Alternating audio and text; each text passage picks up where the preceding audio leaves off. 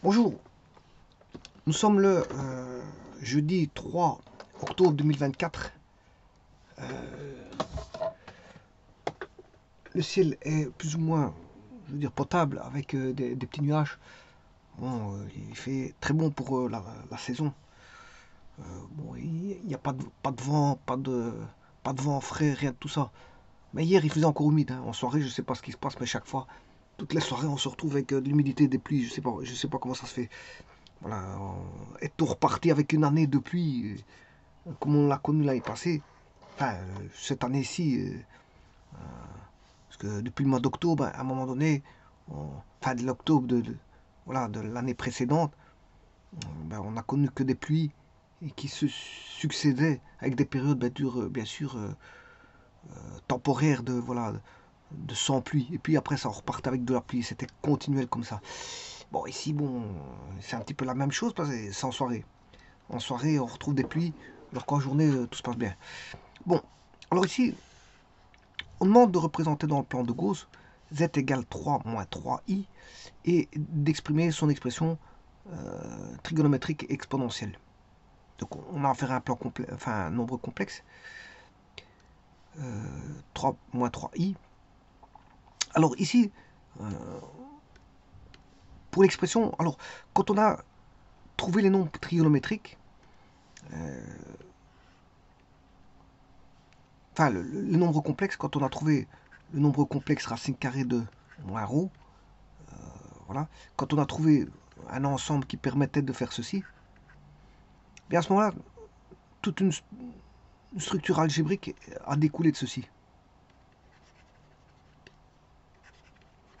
Une structure algébrique avec des lois additives, des lois multiplicatives, voilà, puis ça donne un espace vectoriel de dimension 2. Alors que les réels, c'est dimension 1. Pourquoi? Parce qu'ici, il faut rentrer deux nombres réels pour avoir un nombre complexe, qui est une entité. Je vous rappelle que ça, c'est une entité. C'est comme si vous aviez une brique. Une brique. Alors, ça a donné une structure, effectivement, mais il y avait déjà de l'existant. Hein. Le passif mathématique n'a pas découlé de l'existence des nombres complexes. On a juste réintégré des notions complémentaires, par exemple à la trigonométrie, aux exponentielles, etc., etc., ou comment on appelle ça, aux transformations du plan. On les a. Ça existait déjà, hein, trigonométrie exponentielle, voilà, transformation du plan, et on les a intégrés, je veux dire, au nombre complexe. La trigonométrie, elle date de très longtemps, hein, de l'Antiquité. Donc, voilà, il suffit dater. Une fois qu'on a un nouveau espace, bon, on peut exprimer bon, par des expressions différentes. Des expressions différentes. Soit, voilà, on peut l'exprimer dans un plan. Dans un plan. Ça, c'est une expression géométrique par dessin. Voilà. On peut l'exprimer dans un. Et encore, ici, on a le plan de Gauss. Hein. C'est le plan de Gauss qui est voilà, avec des vecteurs i, enfin la partie réelle de z, où on peut mettre des vecteurs images, on peut associer des vecteurs images à un complexe. Voilà, z est la fixe d'un point P, mais on a un complexe, enfin non, un vecteur image qui est le vecteur OP. Donc ici, je vais mettre des vecteurs de base pour exprimer les, comment on appelle ça, les vecteurs. Et donc ici, on met la partie imaginaire. Voilà.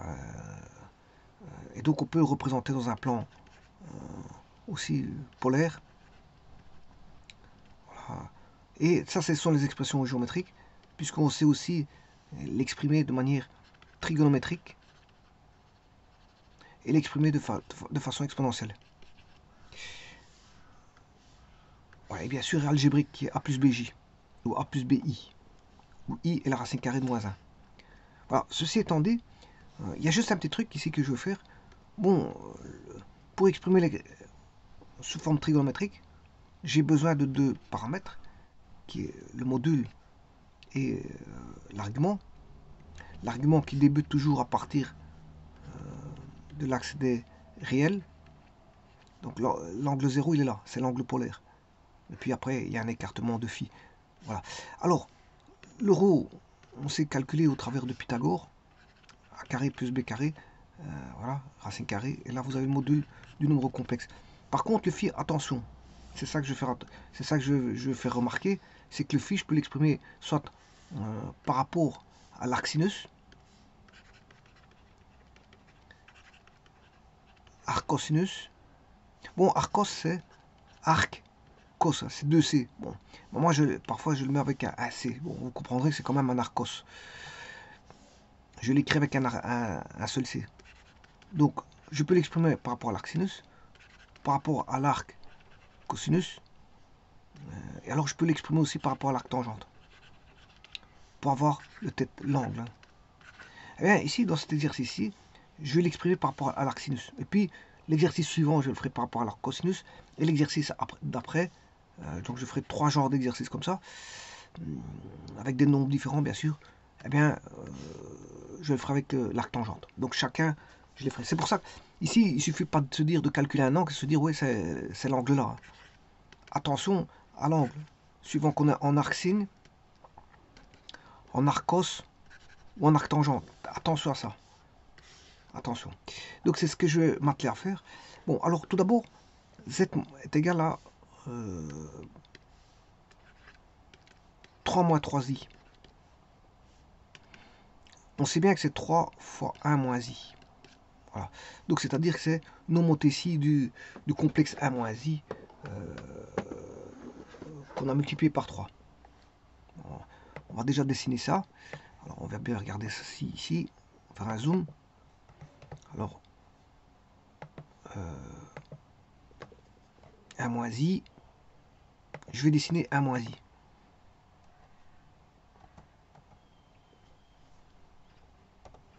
Voici. Je vais mettre son vecteur. Bon, d'abord, je vais mettre l'origine pour l'exprimer par rapport au 0, 0. Ça, c'est l'origine O.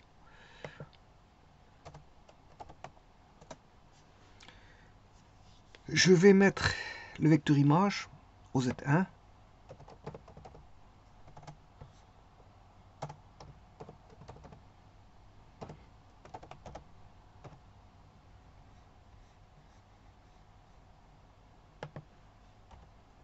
Ah, ça, c'est vecteur image.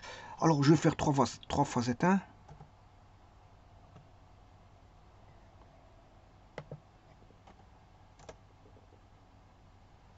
Voilà, qui donne celui-ci. Alors, donc ça, Z2, c'est 3 moins 3. Alors, j'aurais pu le dessiner directement. Ça, vous aurez compris que, voilà, ben, je peux aussi le dissocier. Voilà, par au travers d'une homothétie 3 fois. Voilà, si je fais 2 fois Z1,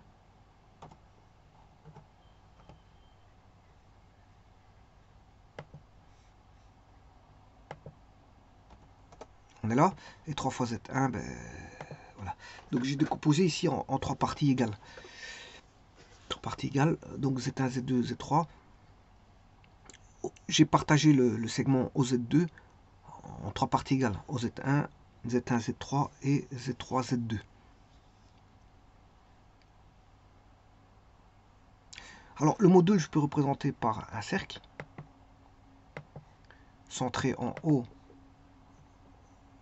équivalent en Z2. Voilà. Alors, le module, je vais calculer le module. Alors, tout dépend comment on voit la chose. Le module de 3 moins 3i,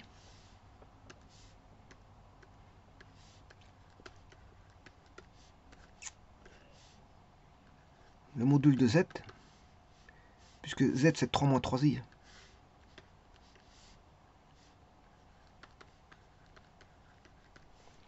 Eh bien, c'est racine carrée de 3 carré plus 3 carré, ce qui fait 9 plus 9, racine carrée, ça fait 18. Donc je peux dessiner un cercle x carré centré à l'origine, x carré que je peux indiquer aussi, il est centré à l'origine, donc si vous voulez, le centre à l'origine c'est x moins 0 au carré plus y moins 0 au carré est égal à racine de 18 au carré.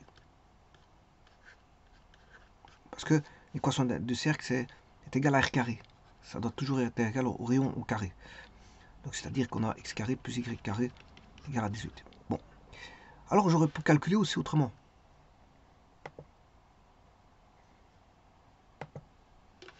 J'aurais pu calculer par rapport à 1 moins i fois 3. Alors, 3 est un nombre réel. Celui-ci, c'est un nombre réel de z. Donc, ça, c'est la valeur absolue de 3. C'est la valeur absolue de 3. Et je vais rechercher le module de 1 moins i. Alors, la valeur absolue de 3, ben, ça fait 3. La valeur absolue d'un nombre positif, c'est positif. Mais la valeur absolue d'un nombre négatif, c'est aussi positif. Il va le rendre positif. C'est une machine. On va dire c'est un opérateur qui rend tout positif, la valeur absolue. Alors 1 moins i, c'est 1 au carré plus 1 au carré. Ce qui veut dire qu'on a 3 fois racine carrée de 1 plus 1, ça fait 2. Donc c'est-à-dire qu'on a 2 fois 9. Je rentre le 3 dans la racine carrée, ce qui fait racine 18. Donc vous voyez qu'on a la même chose.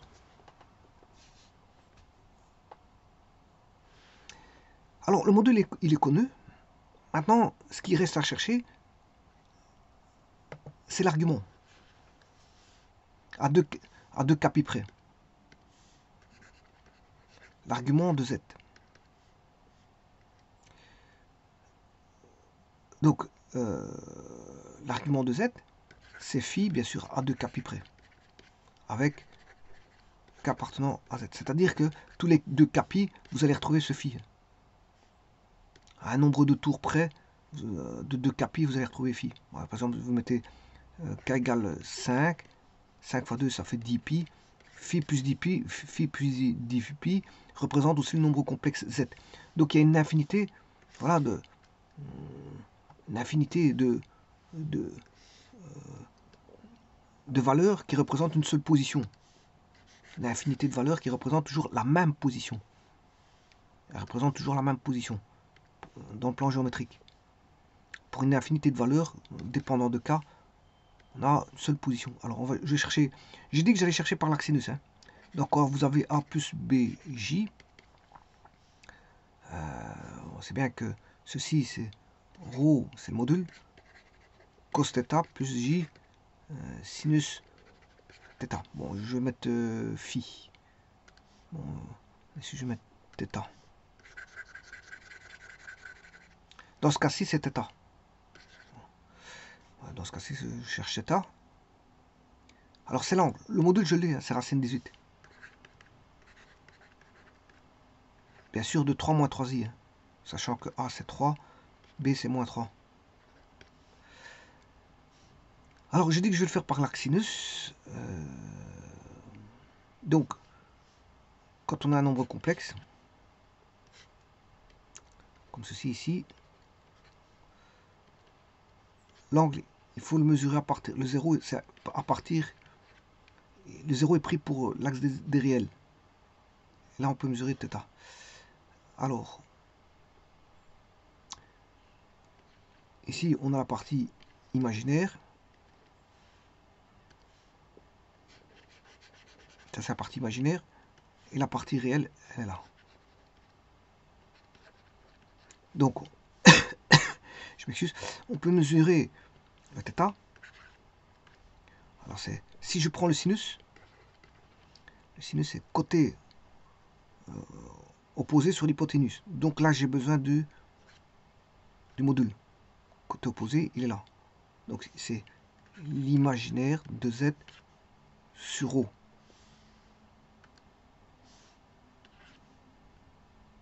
Voilà, et ça, c'est le sinus θ. Bon, le problème, c'est que je cherche θ. Le θ, c'est arc sinus de l'imaginaire sur z. Et là, c'est là qu'il faut faire très attention. Parce que si je fais... je vais rechercher Z2, l'imaginaire sur Z. Arc sinus de l'imaginaire, c'est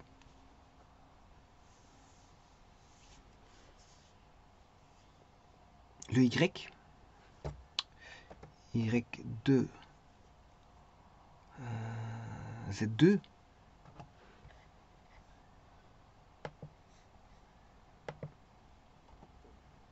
le tout divisé par le module. Le module, dans ce cas-ci, c'est X de Z2 carré plus le Y de Z-2 au carré. Ça, c'est le module.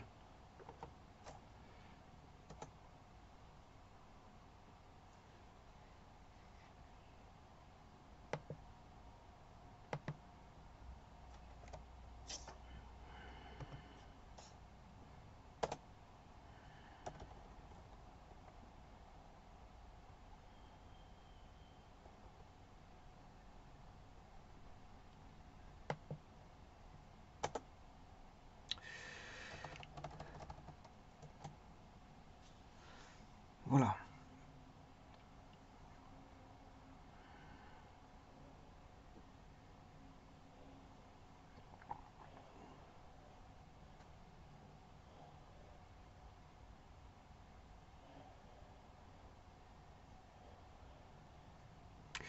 Alors ici, il me donne moins 9,59.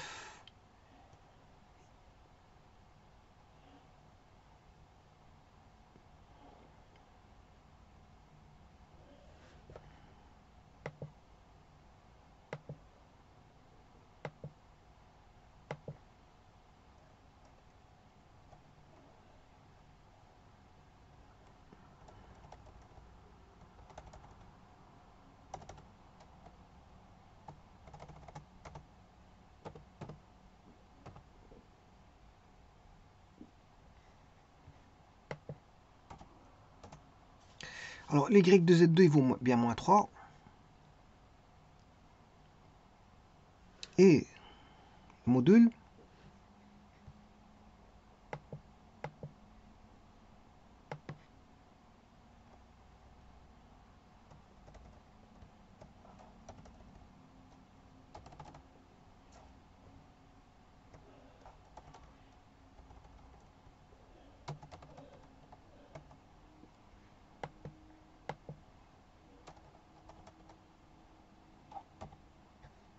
bon, je fais un tour de passe-passe ici. Je fais exposant moins 1. Voilà. Oui, le module, c'est pas bon. Parce que j'oublie la racine carrée.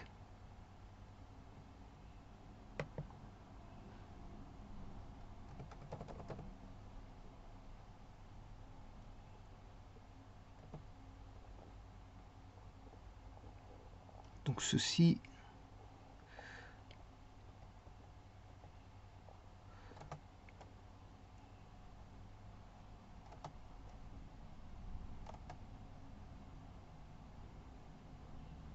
bon, ce qui veut dire qu'ici je dois recommencer parce que je dois prendre la racine carrée. Pas grave, je vais le faire tout de suite. Donc c'est arc sinus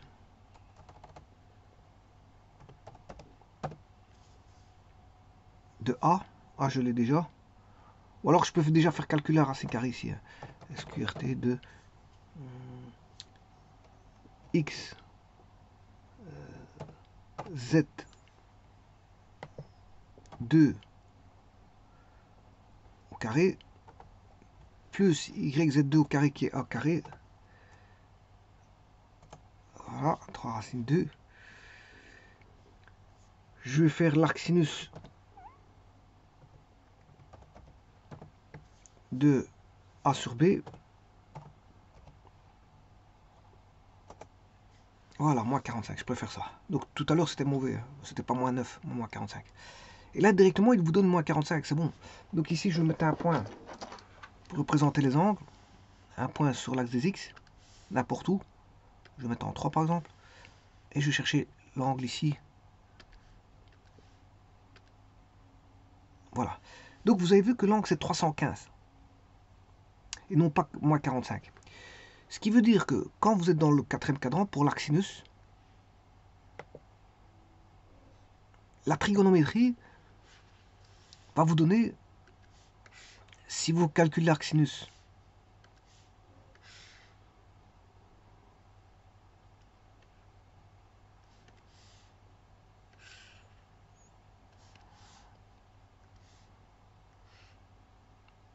bon, ici c'est un cercle de rayon 3. C'est pas un cercle trigonométrique de rayon 1. C'est un cercle de rayon 3. Donc, si vous voulez, le cercle trigonométrique, il est de rayon 1. Il est ici quelque part. Donc, le cercle trigonométrique de rayon 1, il est là. Multiplié par une certaine quantité. Voilà. Bon. Ici, j'ai 1. Je dois faire x3. Ici, le rayon là, on doit le faire x3. Donc, celui-ci, ce cercle-là, c'est 1. Ah, c'est 1, c'est 2. C'est 2 de rayon 3. Ce rayon-là, il fait 3. Le rayon ici, il fait 1.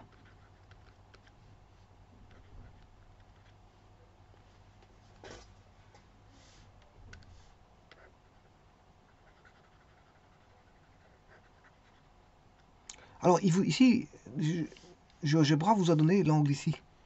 Mais c'est pas ça qu'il me faut. Là, il vous dit moins 45 degrés. En fait, c'est l'angle ici.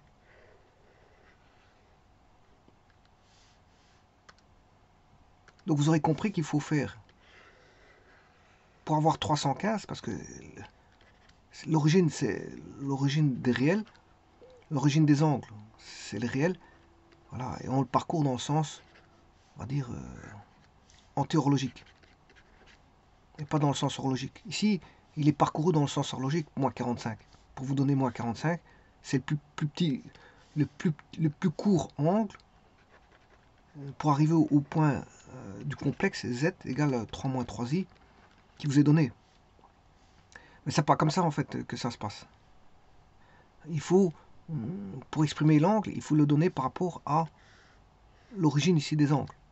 Et donc ça change tout. On va tourner en sens antihorlogique, donc on va parcourir, si l'angle en antihorlogique est petit, mais le sens si le sens en horlogique est petit, moins 45, le sens en antihorlogique sera grand. Alors ici, il faut faire 360 plus l'angle trouvé. Or, l'angle trouvé, c'est moins 45. Ça veut dire que c'est 335 degrés. Alors je vous rappelle que si vous voulez la proportion, 315 sur 360, ça fait 7 huitièmes. 7 huitièmes. Donc c'est-à-dire que 315 degrés représente 7 huitièmes de 360. 360. Maintenant, si vous voulez l'exprimer par rapport à 180, donc ici 360 c'est 180 fois 2, 7 huitièmes, ce qui fait 7 quarts, et 180 c'est pi. 7 quarts de pi.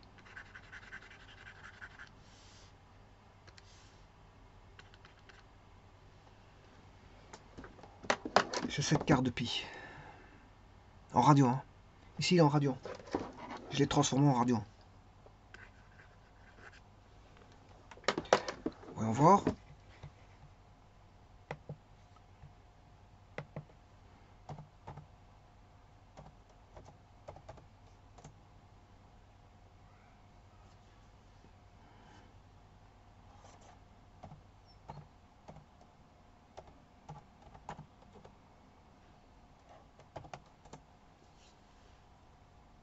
Voilà, 315. C'est bon.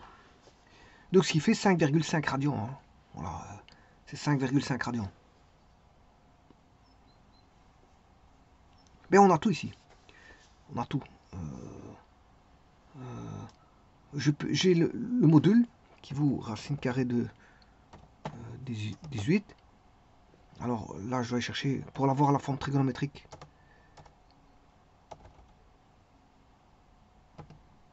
chercher le cosinus de 7 quarts de pi plus le sinus de 7 quarts de pi. I.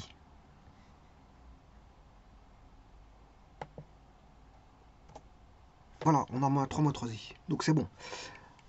Alors maintenant, je vais... Ça c'est la deuxième expression. C'est en nombre...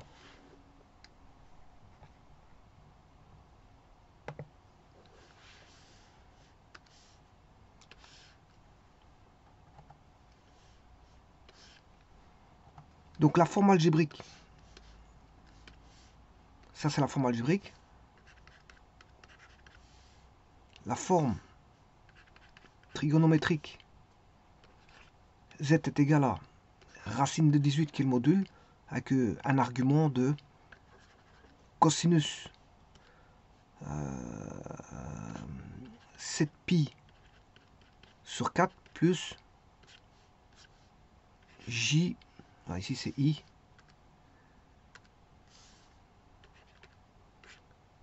fois sinus 7 pi sur 4. Alors, on peut écrire ceci sous forme de module argument. Racine 18, point virgule. C'est une autre forme d'écriture, hein, la forme trigonométrique, qui est qu'on n'écrit pas. Ouais, on pourrait aussi écrire une autre forme d'écriture, c'est racine 18, 6. Attention qu'ici c'est un i, pas un j. Racine 18, 6, 7 pi sur 4. Voilà. Et ça, bon, on peut l'écrire plus simplement. C'est racine 18, 7 pi sur 4. Voilà. Et ça, on comprend que c'est ρ et l'argument qui est phi. Donc là, on a la forme polaire. Hein.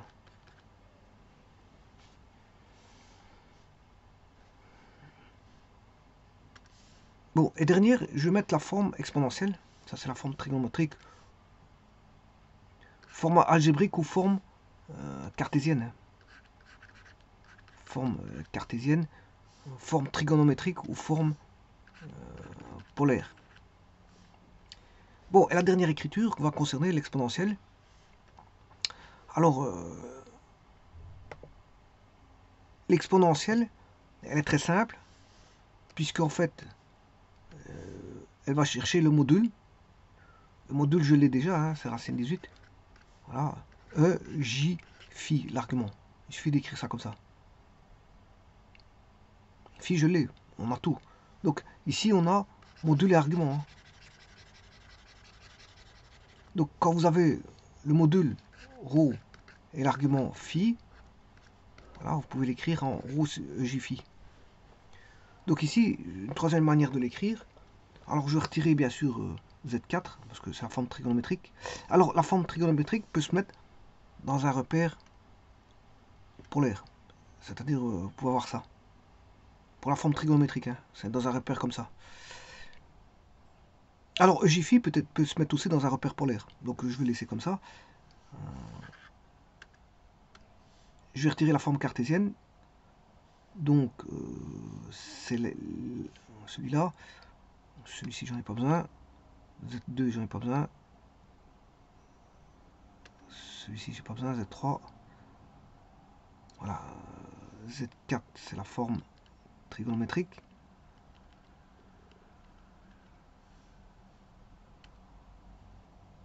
Bêta l'angle, ça j'en ai besoin. Donc maintenant, regardez bien, avec Rho phi, ça suffit pour mettre la forme exponentielle. Donc rho, c'est SQRT de 18 fois l'exponentielle de l'argument, c'était 7pi sur 4, 7 quarts de pi fois i.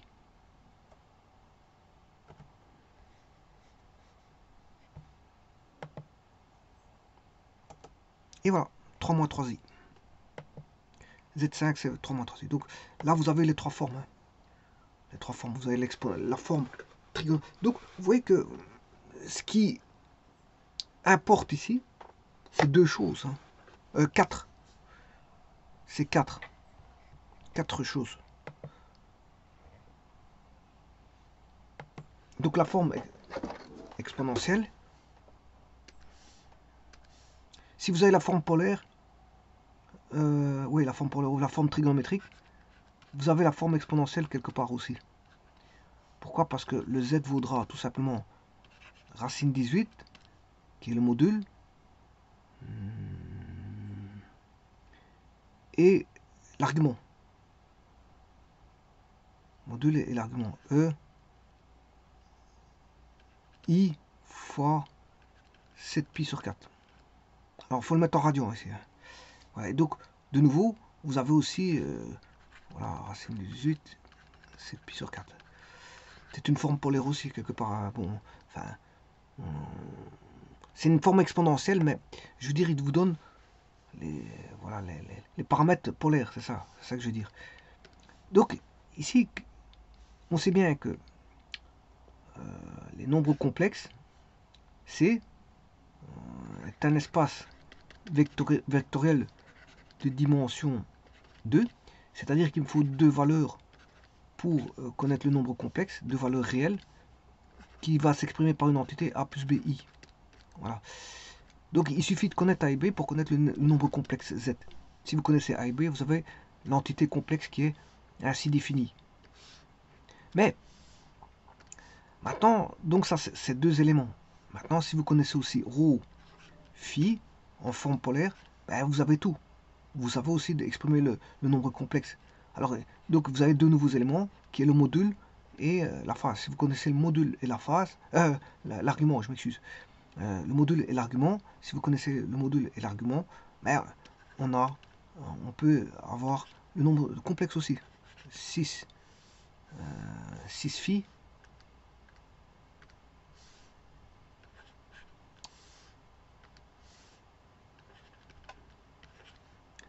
qui est égal à l'exponentielle rho e de i phi. Voilà, donc si vous connaissez les paramètres rho et phi, voilà, on peut l'exprimer sous forme autant trigonométrique qu'exponentielle. Donc là, vous pouvez le placer dans un, bon, dans un repère cartésien. Généralement, ça se met dans un repère cartésien. Ben, vous pouvez le remettre dans un repère polaire parce qu'on peut faire la transition de repère cartésien à repère polaire et de repère polaire à repère cartésien. On peut faire des transitions comme on veut. Alors celui-ci, bien sûr, c'est dans un repère polaire, mais vous pouvez repasser par un repère cartésien de Gauss et inversement. On peut faire, voilà, on peut basculer d'un repère à l'autre. Hein. Voilà. Et c'est la trigonométrie qui nous permet voilà, de basculer d'un repère à l'autre. À travers du sinus et cosinus. Et de Pythagore aussi.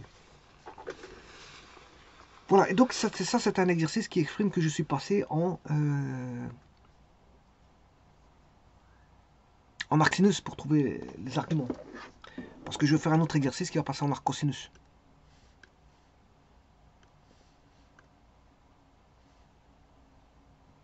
Donc ici, j'ai calculé. Voilà, avec arc-sin. Donc qui est la partie imaginaire sur cette. Mais le tout, après, c'est de retravailler ça. Hein, de le retravailler dans le sens où j'ai un calcul à faire. Vous voyez que ce calcul-là, le voici. C'est 360 plus phi. Il est là, 360. Il faut le retravailler. Quand on est dans le quatrième cadran, que vous travaillez en arc sinus, il faut faire ce traitement-là. Quand on est en arc sinus, hein. En arc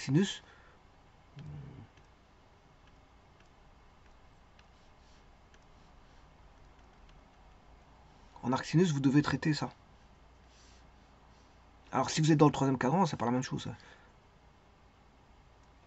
Alors il y a un seul cadran où il ne faut pas faire de traitement comme, voilà, d'anti-supplémentaire, voilà, d'anti-complémentaire. C'est celui-ci. Laxine, Arcos et Arctangente vous donnent directement la valeur. C'est le seul cadran, c'est le cadran 1. Donc celui-ci, il n'y a pas de problème. Il n'y a pas de recalcul à faire. Premier cadran, une fois que vous avez la valeur, vous pouvez faire confiance à cette valeur-là. Par contre, quand vous êtes dans le deuxième, troisième et quatrième, il faut faire attention si on est en arcsine, arcos ou arctangente. Il faut ramener par rapport à un an qui revient par rapport à l'origine des angles qui est l'axe réel. Voilà, c'est surtout ça. Parce que voilà, la trigonométrie ne vous donne pas un angle par rapport au zéro. Voilà, faire attention à ça.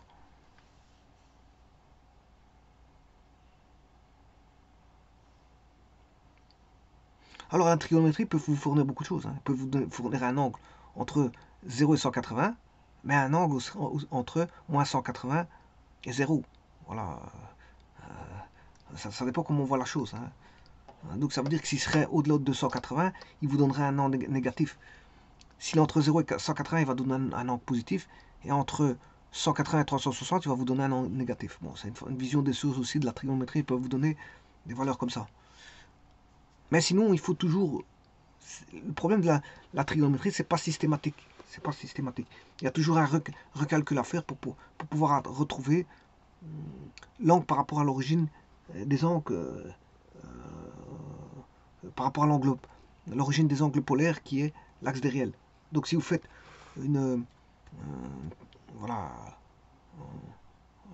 une remise à plat, dans le sens où il faut retrouver l'angle polaire, c'est-à-dire celui donné à partir de l'origine des angles, qui est l'axe réel, par rapport à l'angle qui est donné par la valeur trigonométrique, qui est calculée via votre machine ou par voilà, calculée par une machine, ou eh bien à ce moment il faut faire un recalcul pour passer de l'un à l'autre.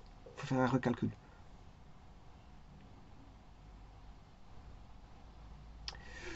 Je vous remercie.